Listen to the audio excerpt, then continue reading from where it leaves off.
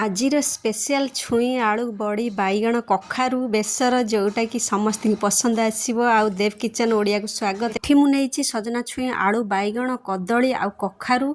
एठी नेबे कखारू बड़ी आउ पियाज कटा रसुण आउ छौंक पई सोरिष जीरा आउ सुखिला लंका। तापरे सोरिष पेस्ट पई प्रिपेयर करिवे।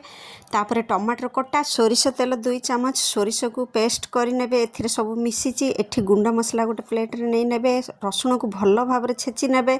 छेचि नहीं कि अलगा रखिने। आउ गोटे कढ़ई रे गैस रे बसैकी से पानी देवे।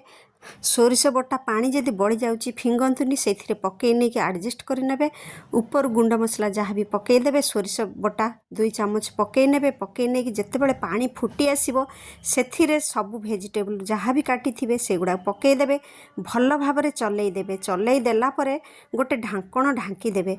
मिनिमम 10 मिनिट पर से ढांकण काढ़े। फुटुथिबा अवस्था काढ़े। जमिति देखिए सीझी कि नहीं। आउ थरे भी ढाकी पारिबे जदि न सीझी थिबो। तापर काढ़े। आउ एक फ्राइंग पैन किंबा कढ़ई रे सोरिष तेल देबे। आउ जो चामच तेल थिबो सेथिरे बड़ी टिके भाजी नेबे। जोटा कखारू बड़ी सेटा को भाजी की लाल हैला परे अलगा काढ़ी नेबे। आउ टिके तेल पकई नेबे। पकई नेला पर तेल ताती गले सेथिरे सुखिला लंका जीरा सोरिष पान मधुरी कला जीरा पकईकी गोटे छौंक लगेबे। सेथिरे पियाज कटा पकई नेबे। पियाज भाजी हैला परे टिके भल भल लाल लाल हैला परे तापरे एपटे देखिए तरकारीटा सीझी जाइए। एपटे रसुण छेचा पकई नेबे। पकईकी भल भाव भाजी नेबे। ऊपर टमाटर कटा पकई नेबे।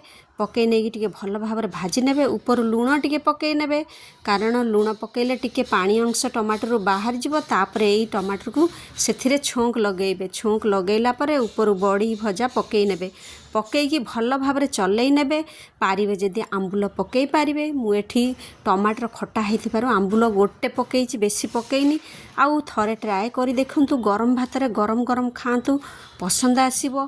पूरा ओडिया स्टाइल रे रेसिपी तैयारी हेची। श्योर पसंद आसी।